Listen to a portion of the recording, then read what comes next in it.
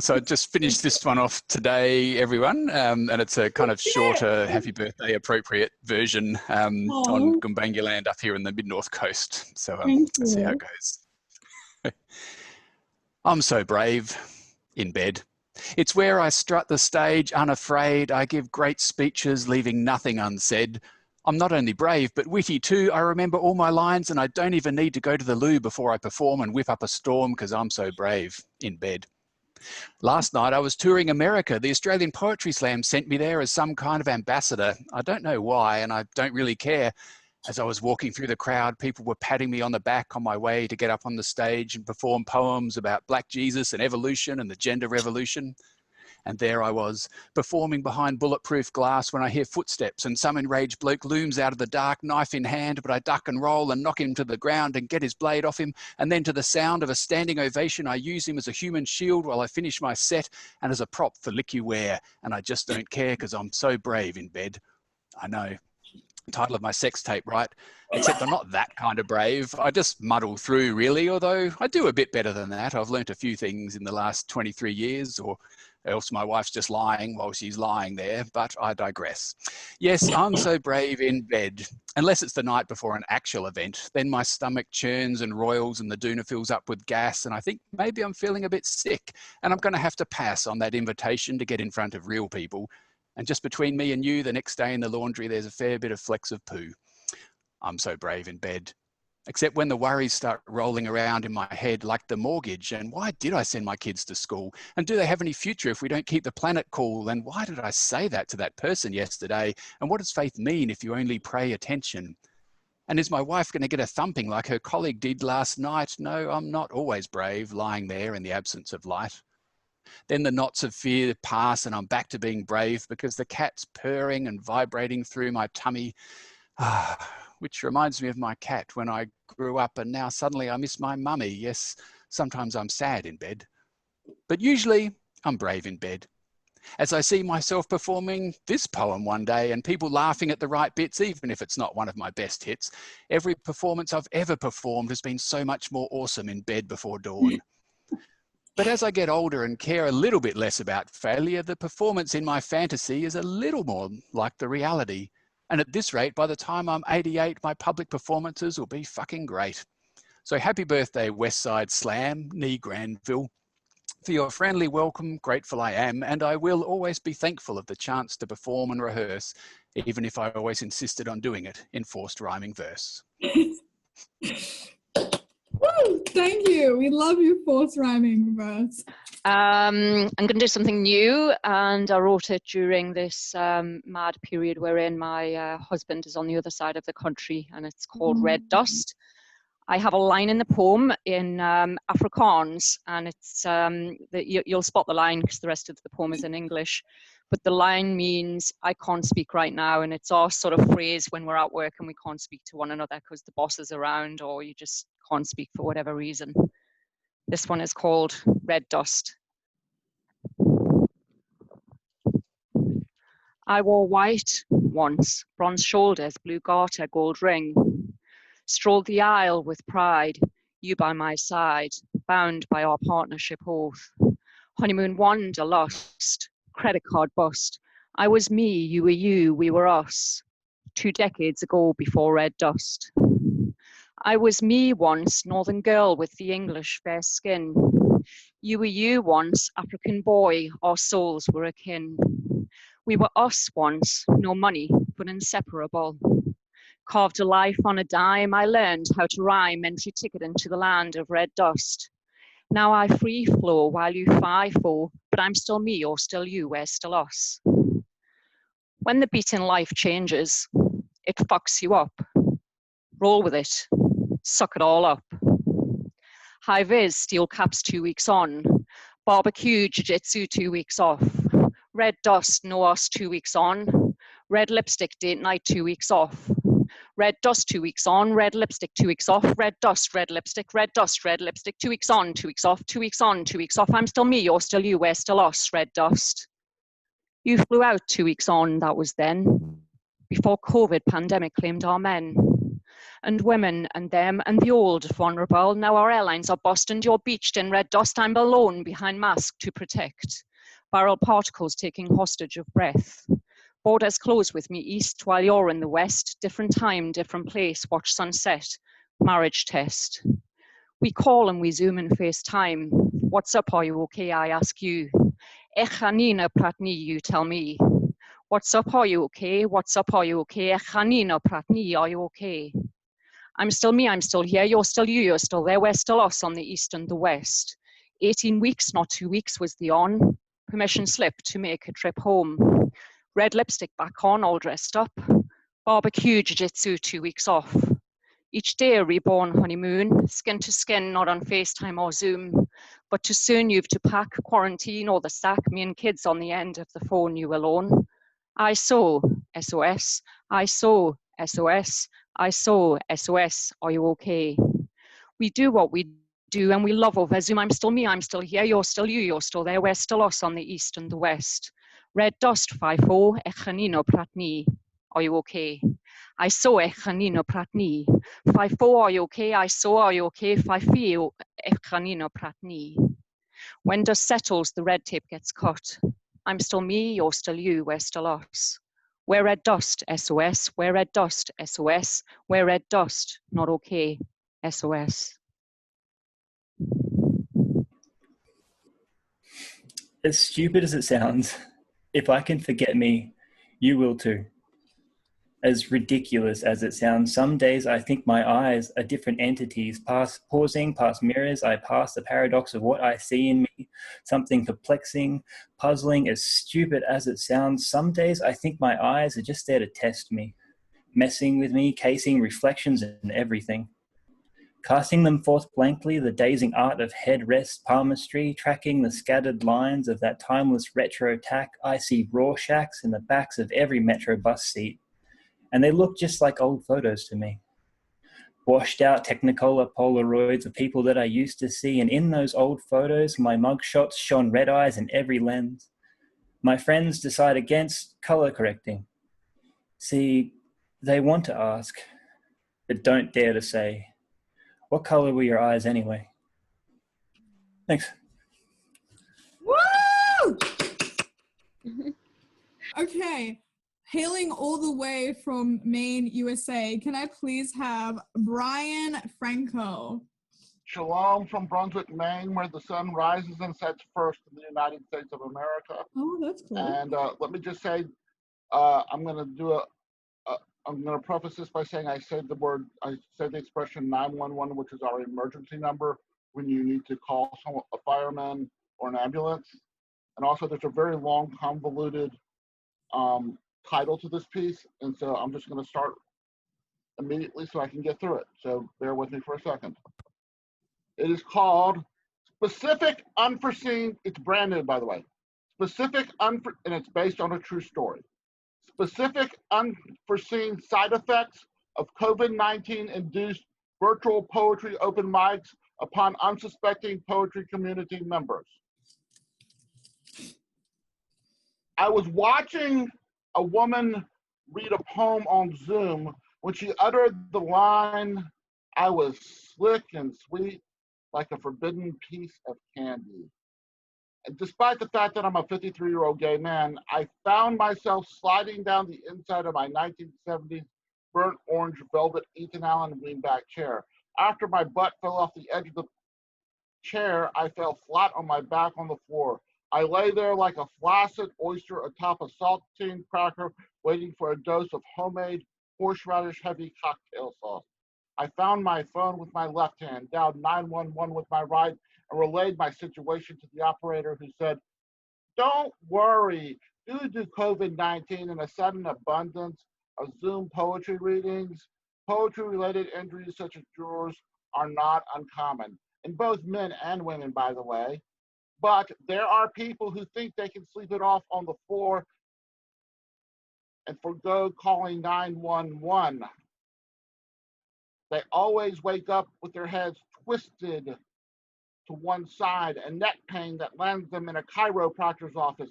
When they rise to their feet, they find themselves wriggling the hand and wrist of and elbow of the arm they slept on because its shoulder continues to feel disjointed for hours.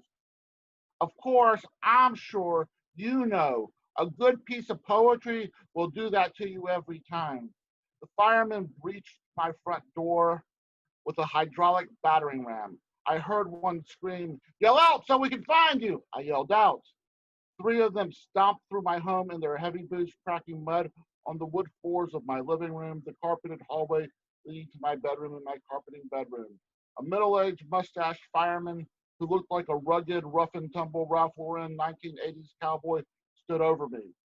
He carefully placed me on the bed and wedged 2 pillows under my head and neck, then patted the top right-hand corner of the top pillow and screamed to his cohort, "Johnny, run to the kitchen and get this man a glass of water." He looked at me with a kind smile and said, "Sir, it'll be all right. You're on your bed now. You just need some rest, and when you wake, you'll feel fine.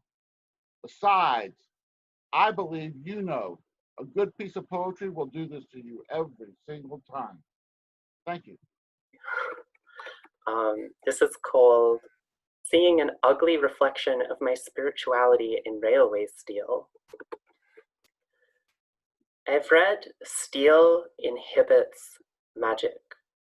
I don't feel I am a witch, more a casting bones and burning 2 buck incense bitch, but the railway, like steel stitches over a gouge, might be itching for this country, itching into aching dreams of drought and axe and massacre, state-long seam dragged across her like a knife wound, bolted in place by stations. In this place, broken Glen Annis railway station, what ichor, spirit, or energy leaks here? On the concrete platform, an antlered spirit is charcoaled to a boarded-up door. A mound of glass and beads is found nearby. Bic lighter might have lit the geranium oil for some bit of communion with whatever god leaks from soil. But more likely it was some white bitch hitting the spirits like me. Like, what has antlers in Australia? Broken iconography through empty wish, like groping fingers through 12-buck white sage. Thanks. So the poem is called Me Too. Pink beanies, glitter posters, time's up again. Passionate speeches, pledges, the Barbie movies, my singing doll, children stuffing their bras, that's what makes you beautiful. Frigid sluts, the history of man, women are freer than ever, the nipple is all that's left, for white wives and God help the rest. It's taken so much time to get here. And feminism won't get you anywhere, my mother tells me on the way home, after I ask if I can cut my hair because pretty feels heavy on my scalp and itchy on my skin. And why does it feel so bad? I ask to the mirror that's flat in all the wrong places. And why do tight dresses make me feel so vulnerable? As if my boxy shirts, sheath weapons, tight cotton could reveal, as if I'm the one with the knife in my pocket. Think of the centuries before us, how terrible they must have been. And I was first catcalled at 13. My friend said it was a compliment. I told myself I should have expected it. Wearing a pencil skirt and heels, but that was how my parents had dressed me for work. This is smart, they said, successful. But everyone says the times are changing and that the young are powerful. It won't be like this as I grow up. What is the point of stuffing bras and wearing denim underwear to the mall and trying to get men to look if I hate the looking, the prying? Passing a food court feels like sticky, greasy, wrinkled fingers pressing on my skin, trying to open my chest, dip their hands into treasure, pull out a heart hardened into a diamond, crushed tight by their own gaze. And how beautiful they will marvel at their handiwork of what's left of my body, crystallized and polished and underage. How pure. I'll give it time. It wasn't that long ago things were different after all. What am I striving for? Shaving my legs in the sink before school. If the looks I want make me nauseous and I feel like I'm stripped beyond the bone, oozing marrow onto the couch when I was first kissed, frozen and alone, he said, I'm sorry, are you okay? I said no, but kissed me anyway. And still I couldn't move, so he turned his back and flicked his eyes to the television once more, where women smiled and didn't pull away. And I hope the child porn I sent when I was 12 and desperate served the cunts well. The internet is no place for a child to live, but the home was treacherous as well. There were men there too. When I came out as the dirty F word, feminist, my hair was pulled and name censored. I had death threats because I was finally breathing my own air. And let me speak, I would scream. And then there was the hashtag and the beanies and Hillary and the plebiscite. And I let activism turn into repression, retiring to peace and quiet submission. I would hold my own in personal interactions, I told myself. I would call out people on their language or actions. I would restrict radicalism and activism to what everyone else considered it to be, opinion or perspective. And I would let time pass. And I would stand before my family and aid my parents in renewing their vows as if they weren't the prime example for me that men are selfish and women are servant, because I love them both nonetheless. And I say the things that'll make us feel better, because truth never made a family kind. And I won't think I'm contradicting myself by giving in so seamlessly, because happiness shouldn't belong to the oppressors. Let me participate in the system that destroys me to indulge in a moment's peace.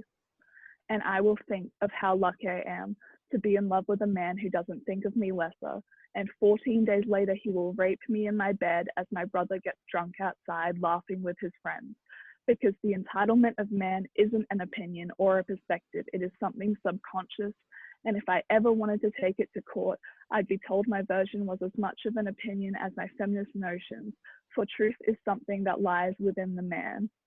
And after some time, I will wonder if it's true, because I'm starting to forget what the truth about my experience is. And I even let myself forget that happiness is not something for us, the raped, the fearful, the buried, the women we are. We have to take it from them. Woo! Thank you. Amazing. In my dream, my mother yells, "You're a monster." I'd interrupted her in the kitchen. She had been on the Coke bottle phone murmuring, "We must invoice the community." I was looking for a colander. My Venus flytrap had just broken up with his girlfriend, the Sundew. She said, "I need a new vessel to sleep in." And indeed, that was why I was now stood in the living room, colander on my head as my housemates brought the decorations down, swinging at the gaudy baubles and twisted crepe paper like they were piñatas, chanting over and over again, "Christmas must be killed," the deranged halflings at twilight. I finally retreat to my room. "Don't mock me," I say to my carnivorous pets. I trap flies in the colander, chanting, "I'm a monster," quietly to myself.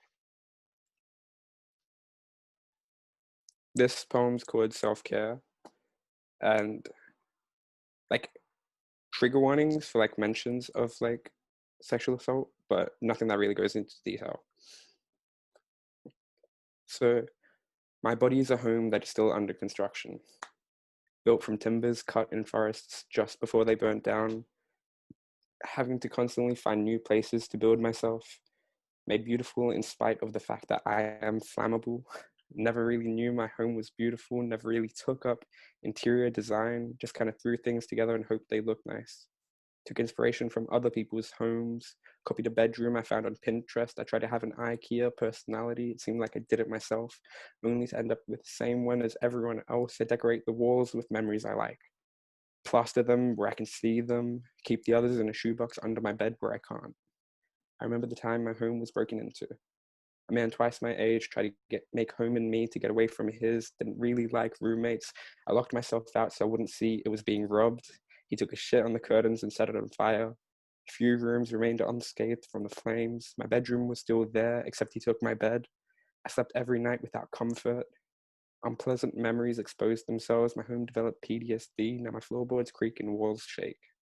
2 weeks ago, I almost moved out, didn't want to live here anymore, didn't want to embrace the charred remains of a former self, broke all the windows because they wouldn't open, cut myself in the glass and noticed the blood. Noticed the fact that this home still wants to house me. decided to rebuild myself stronger, started using steel beams instead of logs, installed electric fences to stop motherfuckers from trying it, stop them before they reach the door. Nowadays, I spend more time watering my garden, planted good habits I try to keep alive despite the shitty weather. My body is a home that's still under construction. I never think it's good enough, and at times I try too much, but I love it nonetheless, for it keeps me warm and loves me back. If you don't get it, that's me, not you, okay? Just bear with me for a while. Okay. Monsieur Caillou n'est pas encore revenu du travail. I asked my servant, was giving her my ermine lined coat, revealing my peculiar afternoon dress with its voluptuous corseted spin. As my maid forgetted to inform me that my husband was not in fact back home yet from work, I looked at the Sèvres Bleu Celeste porcelain mantel. A minute away from Savon, a sticking voice mocked me with the cynical sniff of sang, sang. A minute away, its long hand reached out and beckoned me to think and accept, think and accept. I turned my face away from the clock's urn as its long hand retracted at the strike of its partner. Later, a sound from my husband's study inclined me to believe he was back. My knock to my surprise turning into a push, the door swung to reveal the study under attack by children. Aged 9 and 8, they were lucky their father was late. I scolded them and rushed them out to the governess, caught sight of a crime site involving a murder of paper. My blood froze while my body shook as the prospect of the papers being important my mind did consider. I rushed to the floor to piece them together and think of what explanation I could offer, till I realized the language used was that of what one reserved for his wife. It was directed at a name that was not my own. I rose and fell into his chair. As I read through, it became apparent to be a response to his missus's plea to leave me, which he expressed with immense remorse. He could not for love of me or like a love for her, but his fidelity to family as France's foundation. I will be able to one day reclaim my freedom from birth, but in no case can I make a move before the elections. 1,000 kisses upon every part of your dear little body. Signed, Ton Amour. It dawned on me that it was Eve who ripped the letter up in frustrated pieces, realizing the ridiculousness of a love letter which made no promises. When love itself is a promise, in this marriage, a promise kept without love.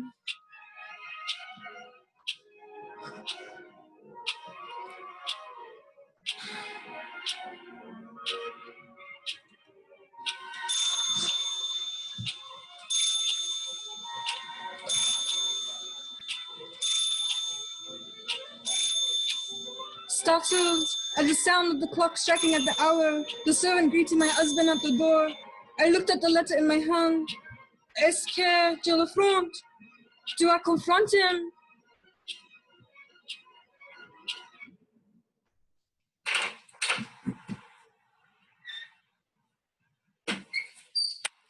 We jumped up from our seats as the door slammed, only had eyes for the gravy and the ham, as he made his way around the dinner table and sat at the head, where he would dominate and terrorize, mess with Mom's mind while I would watch sitting on the sidelines, him dominate and tear our eyes out, as if we had seen nothing when the memory was carved into us, where just as much the pigs were slaughtered as the ham was for dinner.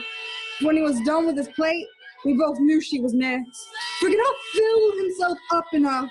He ate her and tore her to shreds. She never cried out, never let a shout escape from her mouth. Reading was her refuge, riding was mine. Knowing that she shouldn't feel the way she did and that she didn't have to, that her sex was second to none, was the very belief we tried to beat out of her.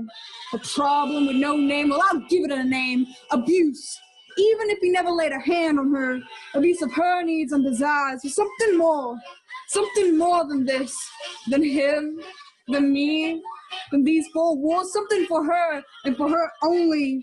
The knowledge that she deserved that was enough for her when it wasn't for me. I rebelled, therefore I exist. Was hers an existence if she lived it on her knees, hidden beneath my sheets, hearing her take it silently? I asked myself, do I dare stand up against my father?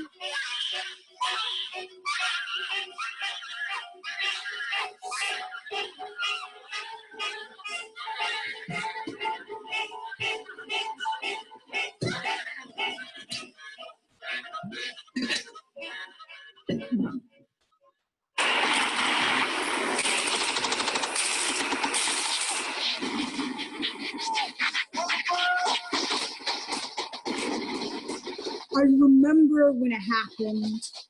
I remember feeling like vomiting. I remember my eyes glistening. I remember choking out the thought, thinking, this isn't happening. This doesn't happen to me. To us, men don't get raped. My commander would later reiterate back to me, making it sound like fact, you see, only served to confirm what I'd already believed when he said, son, men don't get raped. The significance he bestowed upon his words seemingly equivalent like to those upon a yellow post-it note, yet I still got the memo lodged like a bullet in my memory, trading one empty shell for another. Because in the disjunction between statement and event, the only explanation seemed to be that I was less than a man. And I didn't know how to make amends for that. Some men don't get raped, and with that he also seemed to say, I rest my case, and yet in my case there was no rest. In fear of further barbaric behavior, I would retreat to the barracks and barricade myself in my room, only to have my roommate enter the screams of, don't run it! He took me to a doctor. The next day I was told discharge was being eyed for personality having a disorder, shock, disbelief, confusion. Curiously, after a single cursory interaction, they had deemed me anger, relief, shame, not a bag of mixed emotions I'd expected to come home with. Instead, when I kissed my wife, I felt numb inside. I thought it was rather fitting, for I clearly did not fit in a culture so hyper-masculine, and yet at home, it was no different. My attempts to get a job were futile. One look at my DD-214 and the 480 code would tell them what I got discharged for. Claims that I'd been misdiagnosed were returned with narrowed eyes and metaphorical, yeah, right. Years of service, all for naught. Never taught how to fight the enemies I fought. How do you throw yourself on a grenade when it's inside of you? And nobody else knew to. I never thought my own family would be victims of an explosion. My wife's appalled expression reflected in my own. Do I seek help?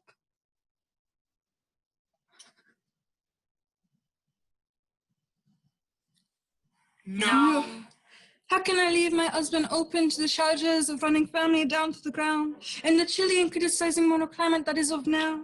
Our characters have never been in harmony, but what about our family? Our temperaments were of different. Hot and cold, so disputes always rose, then fell, and came to a close. As when opposing fronts meet, the cold always yields and forgoes. Besides, my children, for their sake I've waited, and for their sake I shall wait more. I shut the door.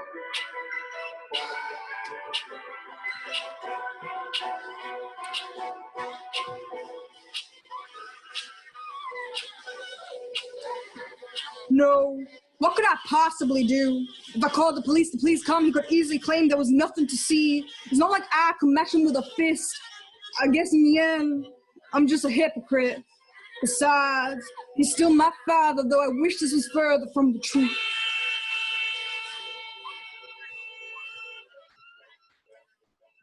No. Son, men don't get raped. I wonder if he realized how destructive denial is and the impact his dismissal would have on the rest of our lives. I'm still chained to the chain of command that commanded me to stoicism, deeming me with a pre-existing condition, so I was in no condition for aftercare, and they could act as if I didn't exist. But I insist that I do. Son, men don't get raped. Is that really the message we want to pass on? Our carpet's getting higher than we can get with the secrets and shit that we sweep under it. It's as tall as a mountain now, and yet you still think we can climb over it? All the while pretending we don't know what we're climbing over. Well, maybe you should book yourself an appointment with a doctor to get a reality check, because that is not the way you get over things, not properly at least.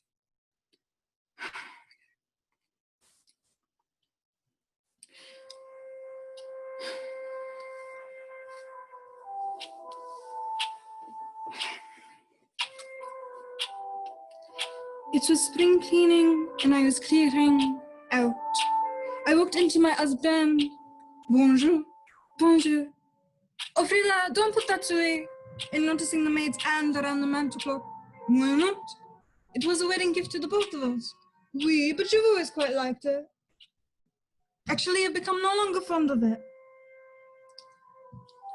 Excusez-moi. You were fond of it once before, you can be fond of it once again. Excusez-moi. You just wanted to take it because you were never fond of it. Excusez-moi. We looked at the maid, the clock in her hands. Silence. Neil? Yes, Mom? I need you to drive me somewhere. Sure, where to? An abortion clinic.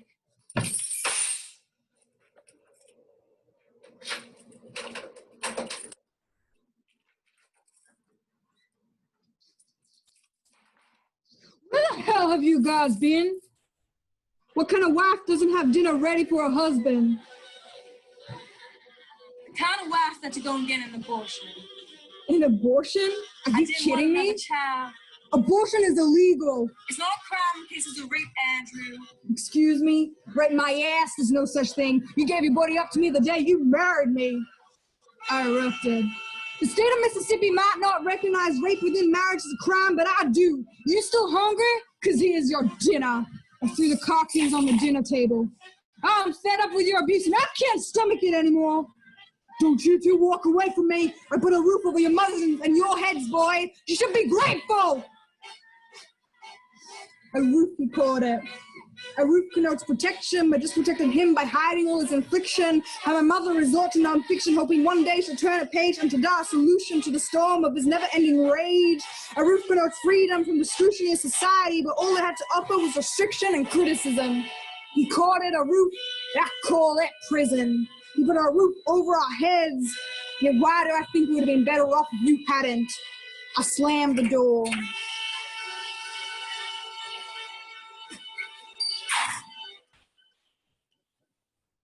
And this is me, stripping back the carpet. We encourage strength while simultaneously encouraging fragility, for subjugation is the only way this system can function. Our society shouldn't be of soulless soldiers. I felt cheated out of fighting for myself, fighting for my family, fighting for my country and humanity. But really, I was just given another war to fight, and poetry is my chosen machinery. Thank you.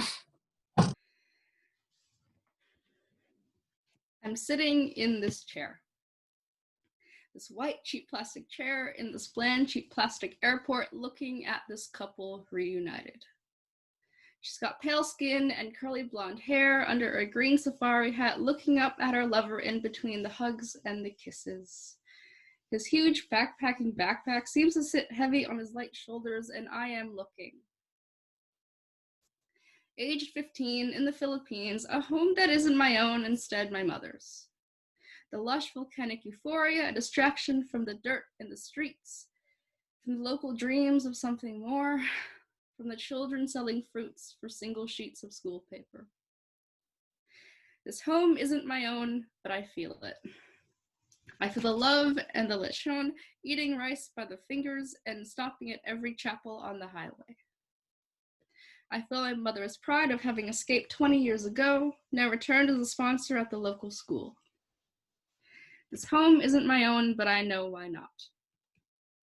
Me, the pretty white Filipino dream, not quite whole, not quite here nor there, a relic of white Spanish and American colonialism, birthing the onslaught of skin whitening creams and poverty.